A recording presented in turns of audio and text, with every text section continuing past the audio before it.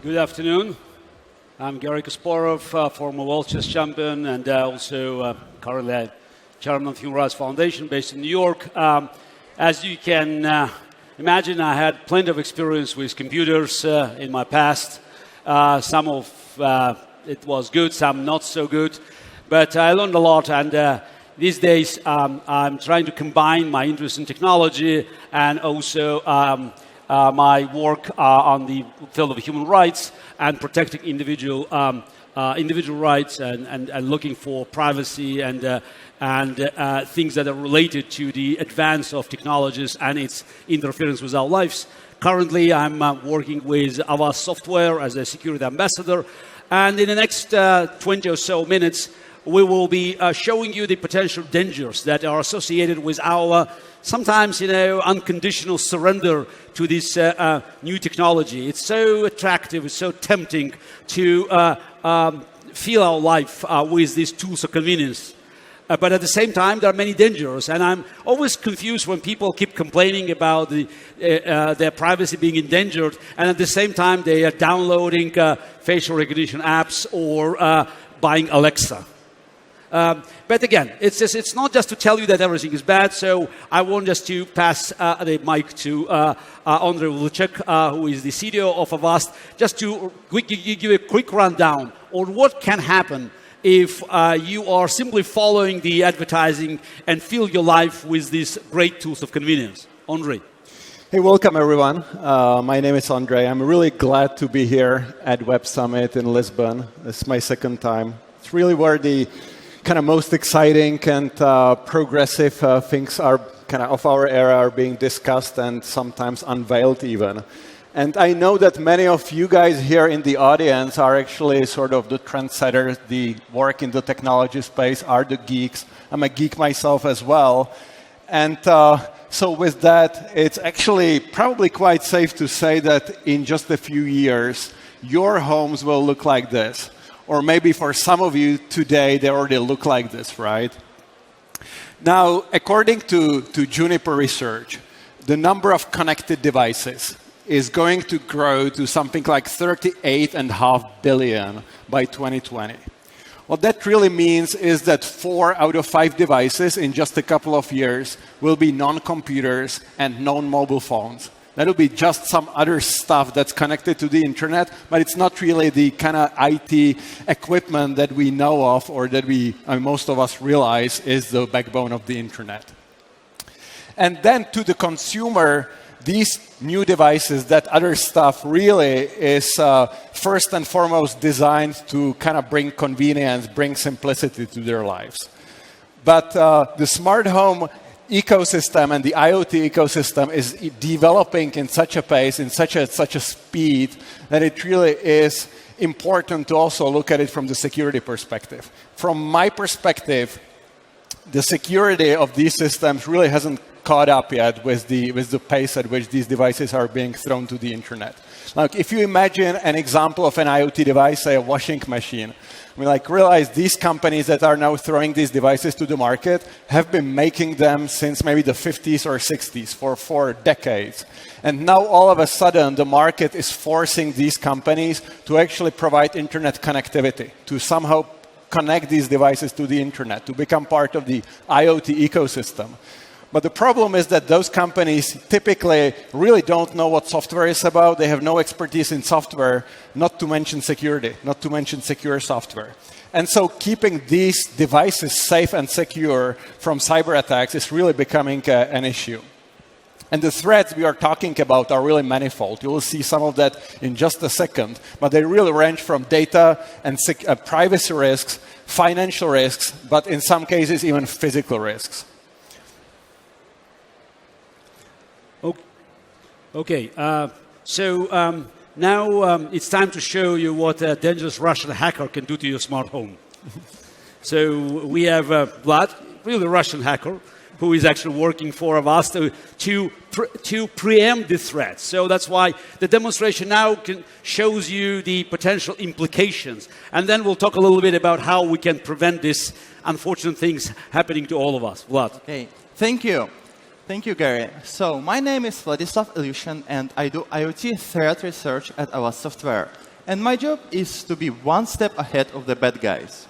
And today, I'm going to show you that your home is as strongly secured as the weakest device. The thing is, many of you will think that what I'm going to show you is sci-fi. To tell you the truth, it's not sci-fi anymore. There is a botnet named Tori that is actually technically capable of doing every single thing that I'm going to show you. So let's imagine I'm the hacker, I'm the bad guy, sitting at the coffee shop somewhere with my laptop, looking for an easy target. So I'm going to use Shodan to search for something interesting. How many of you here know what Shodan is? Okay, so Shodan is just like Google, but for Internet of Things. So instead of searching for videos and pictures of cute kittens, you actually search for pictures from poorly secured cameras in this case. And I'm going to find something interesting. So there are some pictures from houses, from walkways. This is actually a beach in Portugal. But look at this picture. This is a living room. This is a picture of someone else's living room with a lot of devices and very nice TV. So let's take a closer look. I'm just going to use Nmap scan to see what services are running at this home and what is available to me as to the hacker.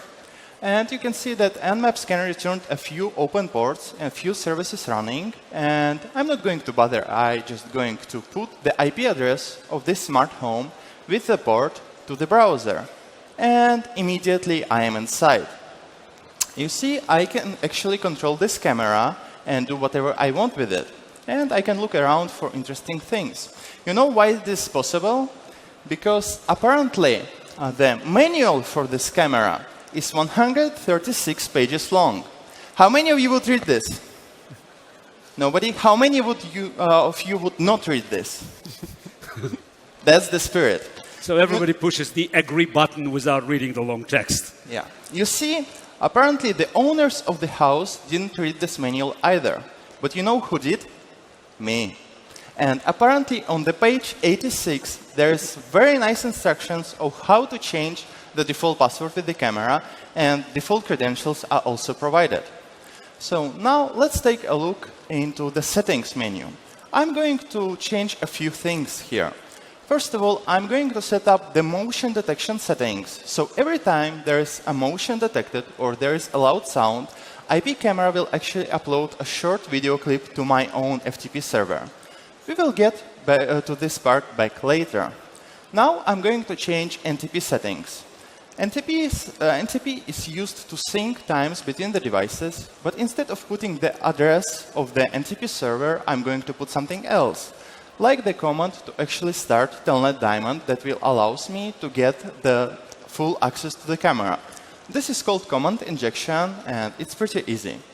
Because I'm a hacker and I want my life to be very convenient, I'm going to run a few other commands to set everything up to my convenience.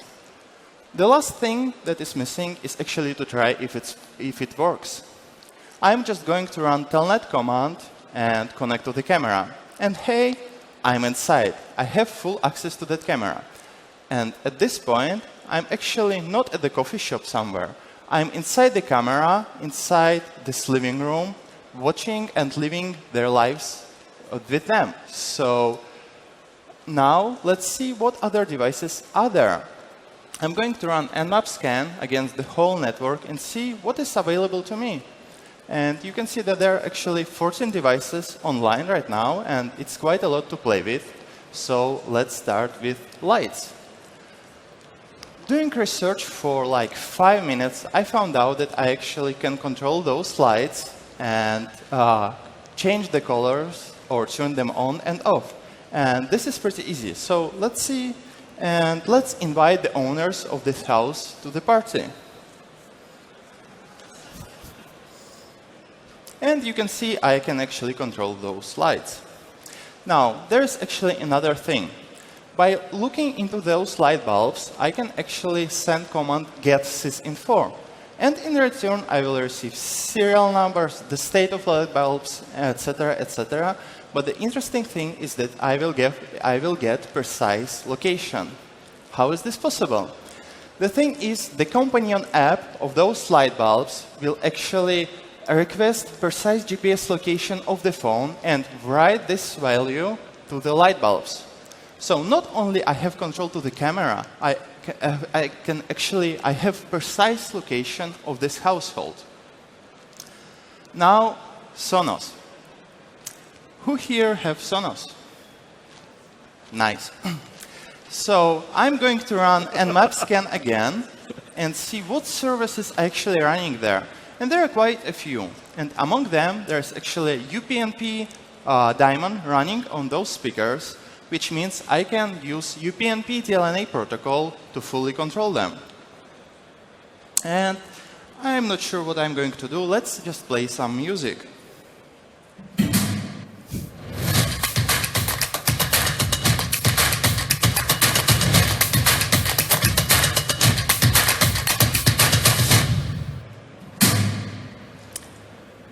If you find this funny, imagine somebody would do this to you at 4 a.m. in the morning. Now, this is not all. There are a few other services there. So I'm just going to put the IP address of the Sonos with the port to the browser, and immediately I can see error 403 forbidden. Well, maybe I'm the bad hacker and guys at Sonos are good at security.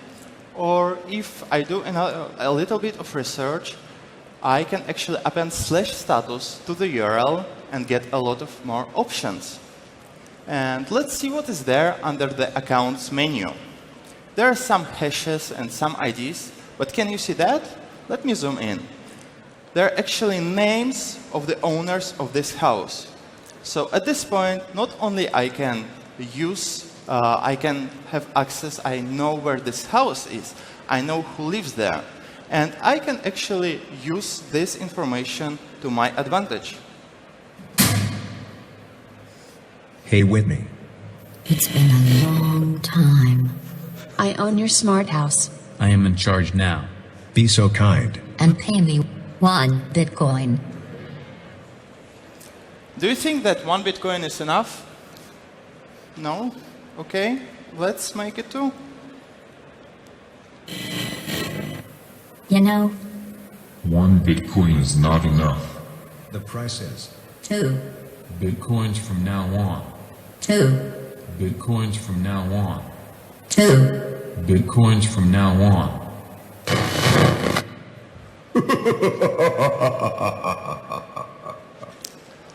Now, you see, there is actually an Alexa there. You know, hey, Alexa is very nice personal assistant. And now you probably expect me to show you some very sophisticated hack or some zero-day how I am going to take over the Alexa. The thing is, I'm not going to. I am going to choose the path of the least resistance. I already have access to Sonos, and I can use text-to-speech to talk with Alexa. Just like this. Hey Alexa, add Tesla Model 3 to my shopping list. I've put Tesla Model 3 on your shopping list. I think I just maxed out the credit cards of Whitney and Joe Black over there. The most sophisticated ways to deplete your bank account. Yeah. So Alexa is a very nice assistant, but she will help anyone, especially me in this case. Now, there's a thermostat over there. And I know the location of this house. I know it's in Canada, and it's probably cold outside. So I'm just going to turn it off. How am I going to do that? Well, this thermostat is paired with iPad. And you can control it by saying something like, "Hey Siri." Now, remember that part where I actually set it up the motion detection thing? I'm going to use machine learning and speech recognition to filter all the clips from this IP camera to find interesting key phrases, like "Hey Siri" and "Hey Alexa." And I can use this clip to actually crowd my own requests. So let's take the thermostat off. Hey Siri, turn the thermostat off, please.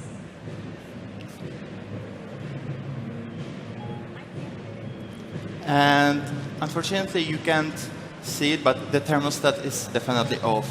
Imagine paying the bill for replacing all your heating and water pumps because the house gets below 0 Celsius. And now to the last bit. I already showed you how easy it is to hack into the Siri and Alexa and turn those devices against the owners. So there's a last part. It's time to pay Whitney and Joe Black a visit. According to the Nmap scan, there's actually a smart security system. You see, people want their family to be safe and secure. How many of you here can relate to that? You want protection for your family, right? And this is the paradox, because those devices, instead of bringing additional security, will be turned against the owners. I'm just going to turn this security system off. Hey Alexa, ask Sophie to disarm the alarm. Hey Alexa, Passcode ask me- Sophie to disarm the alarm. Oh, It's too noisy. What is your passcode? 1, 2, 3, 4. You have disarmed the alarm. and you can see that the alarm is definitely off now. You see, I already disabled the alarm because they had window sensors, motion sensor, door sensors. Now it's all off, and they're probably in their living room enjoying their evening. So the last bit is just unlock the door. Hey Siri, Unlock the door, please.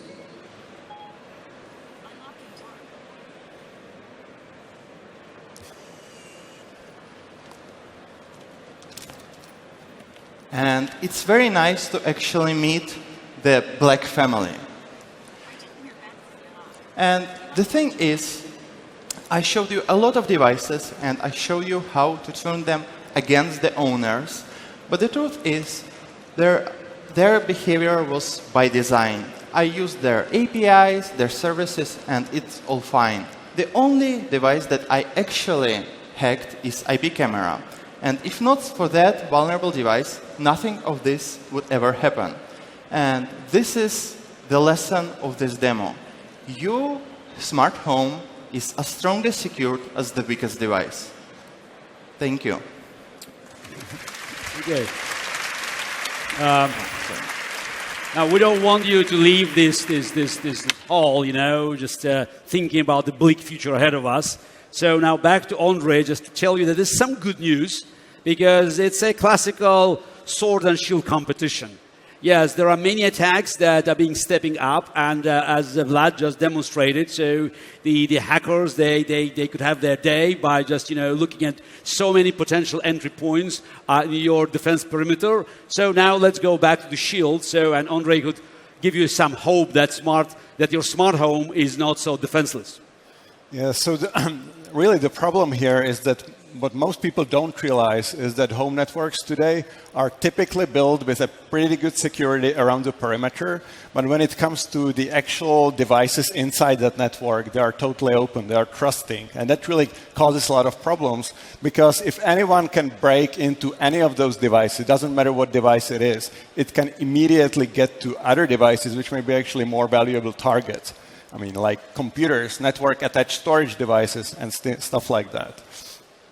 So the question really is how we can resolve this issue. And certainly as the industry, we kind of need to collaborate with the governments, with the sort of telco providers, with the consumer themselves, and really provide all the pieces of the puzzle. I will try to a little bit explain how the security providers can help in this case. And what's obvious is that the mass of devices, really, the smart homes, and it's too large, too fragmented to really put something on the endpoint. It doesn't make any sense, right? You wouldn't want to install something on the endpoint, not the washing machine, not the cameras, etc. So it really makes sense to provide security at the network level. In the home setting, in the smart home setting, that network level typically is the router, because the router really is the central node in the network that somehow provides the connectivity. So having the protection at the router level is really a good way to start securing all these devices.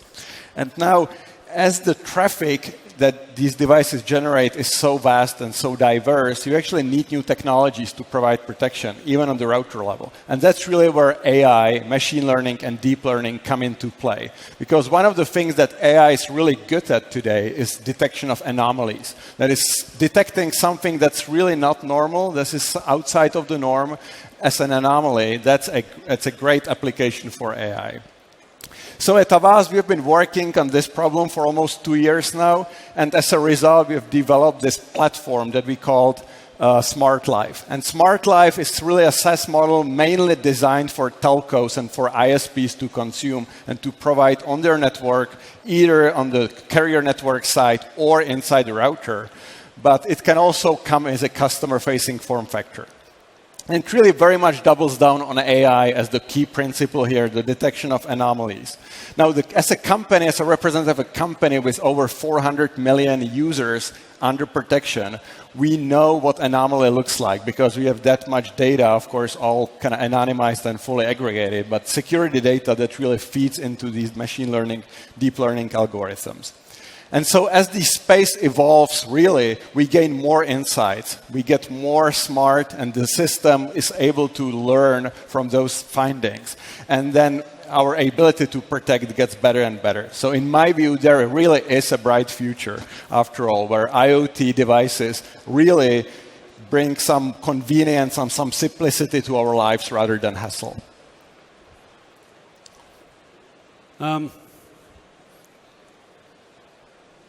I'm just, wanted just to wrap it off the presentation by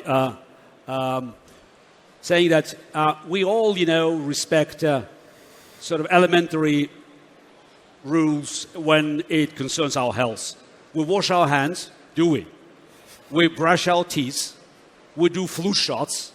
So we're trying to take care of our health, of our well-being. I mean, we don't, eat vegetables or fruit we bought on the market without washing them. And we think it's normal. But when it comes to what I call digital hygiene, we're totally careless. While we're actually protecting something, as valuable as our health, it's our data. And since, more and more our life is turning into the flow of data, so the way we protect it becomes vital for our well-being. So you just saw what can happen if you're careless, and unfortunately most of people, they just don't want to follow the elementary rules. It doesn't mean that you can protect yourself against all the threats. As if if you follow the normal hygienic rules, you will not protect yourself against all the viruses. But maybe 90 or 95% of the threats can be cured if you follow these elementary precaution rules. So again, your future is in your hands, and our short demonstration was a case to convince you that you can definitely make sure that your life could be well guarded if you be more proactive in, let's start reading the rules and making sure that your smart home and your digital data is well protected. Thank you.